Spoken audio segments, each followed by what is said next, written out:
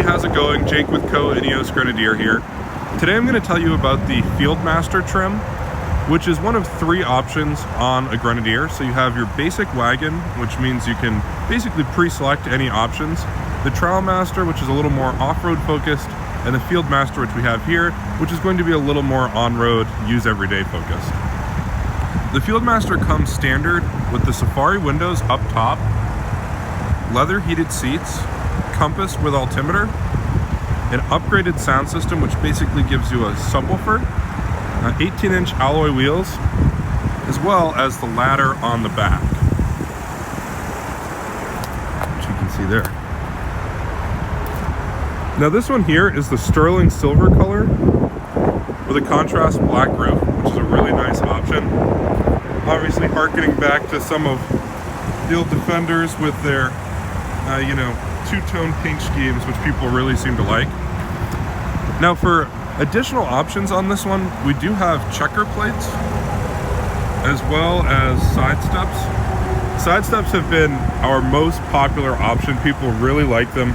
The Grenadier being such a tall vehicle, sometimes it's nice to have an extra step up if you have kids or grandparents or anyone that might have difficulty getting into a really tall vehicle. Now, this specific Fieldmaster does have carpet seats, as well as the utility belt trim. And what the utility belt is, so in here you can either get a rubber insert, or you can get this machined aluminum slotting. With this slotting, there are rings and hooks that clamp on, and you can use them for tie downs or to tie a dog leash. There are even some aftermarket options like tables, so that you can have kind of a waist level table while you're using the vehicle. Hopping inside here,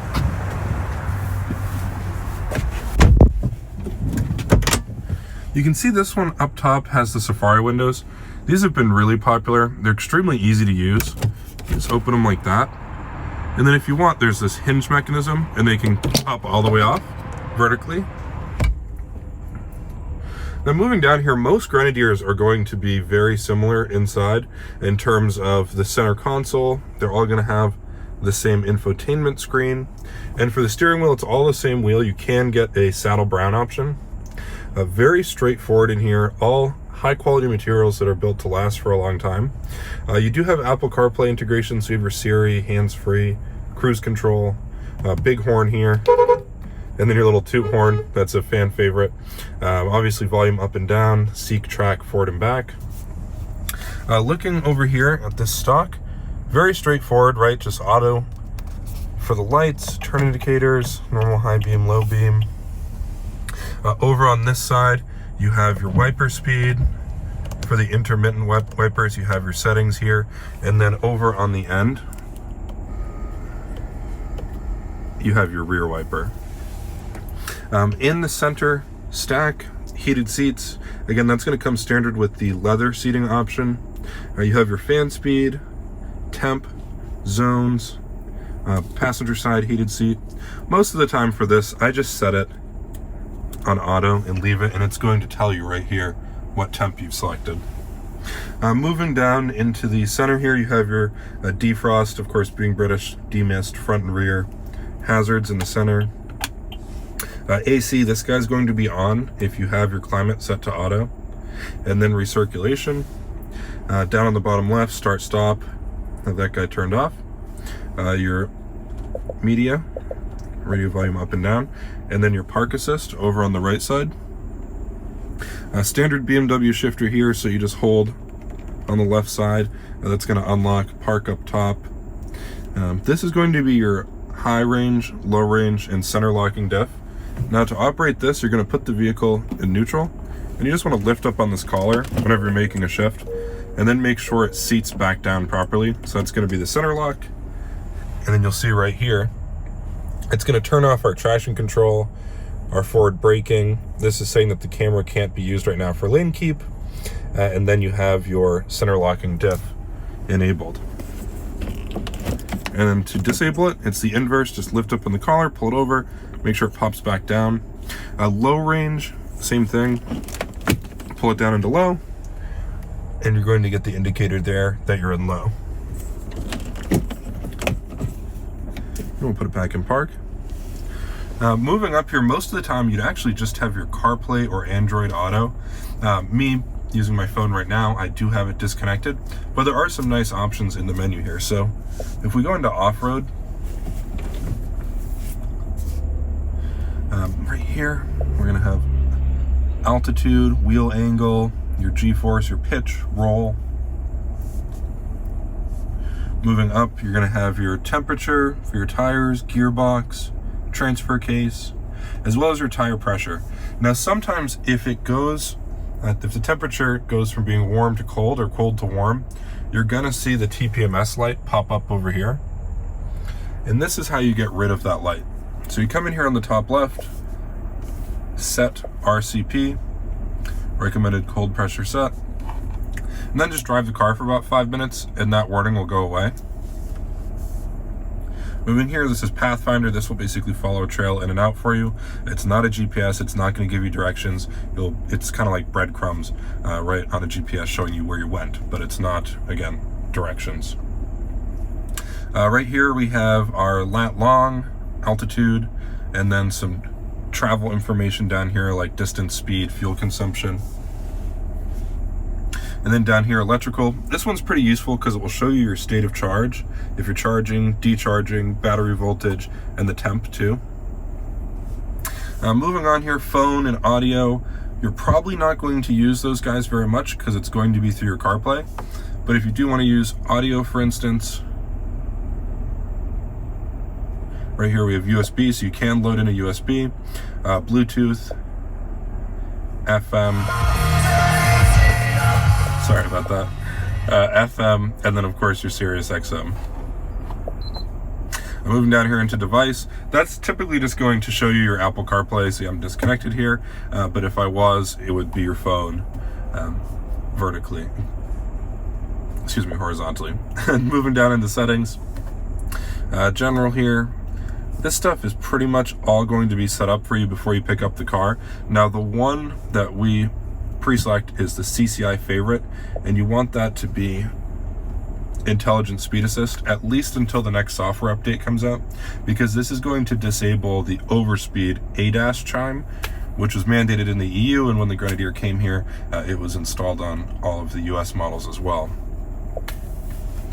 Moving up top, so for lighting controls here, automatic lights, that's going to be when we open the door, the lights come on. Assistance. Okay. And then we have assistance up top here. So we have ESC off, that's traction control.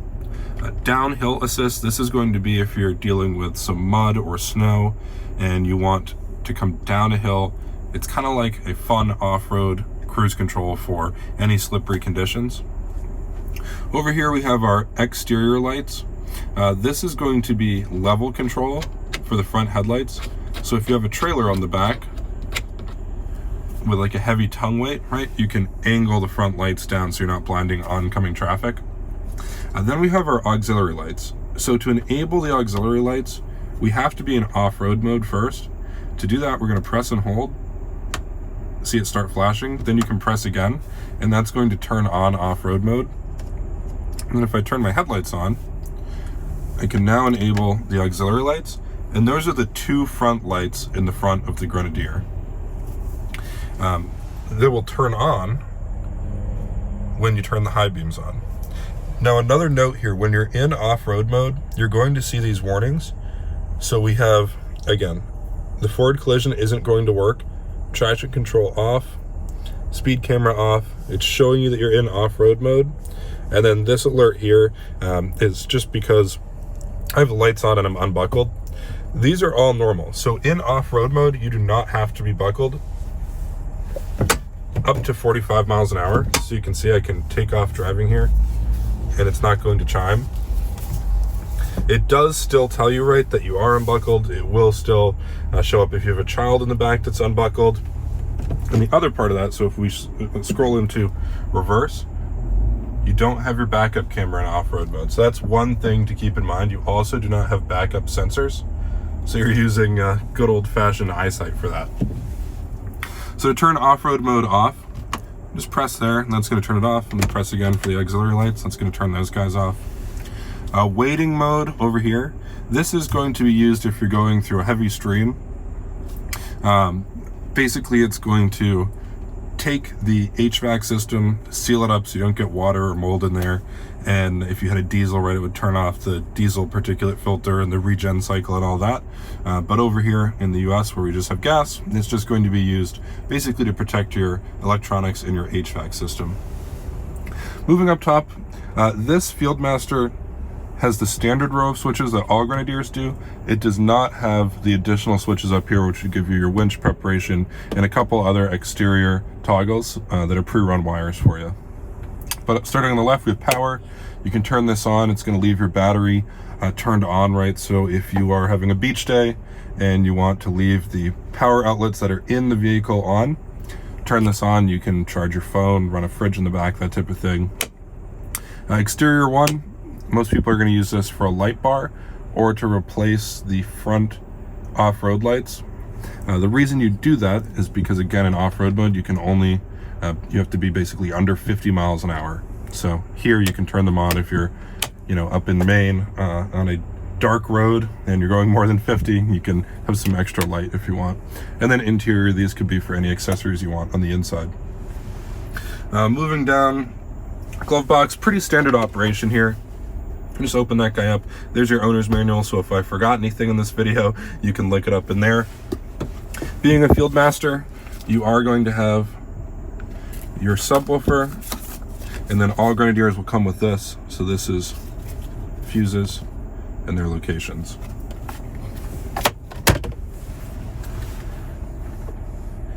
All right, and if we come into the center console here, these keys lock this center console. So if you're having a beach day and you want to leave wallets in there or sunglasses, you can lock them. And then you have a USB-C, USB-A, and 12 volt. One more USB-A and C in the back as well. Now your subwoofer is located under this seat. Give me a second, I'll show you.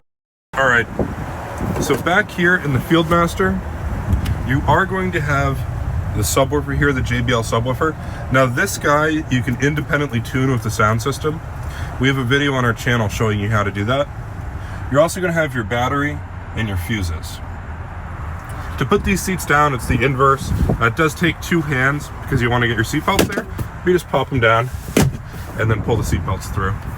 All right, now the other feature of the seats is the 60-40 split, so you can pull on either this side or that side. This is going to be the 40, right? So it's just this seat, 60 is those two, and you can fold down the rear seats.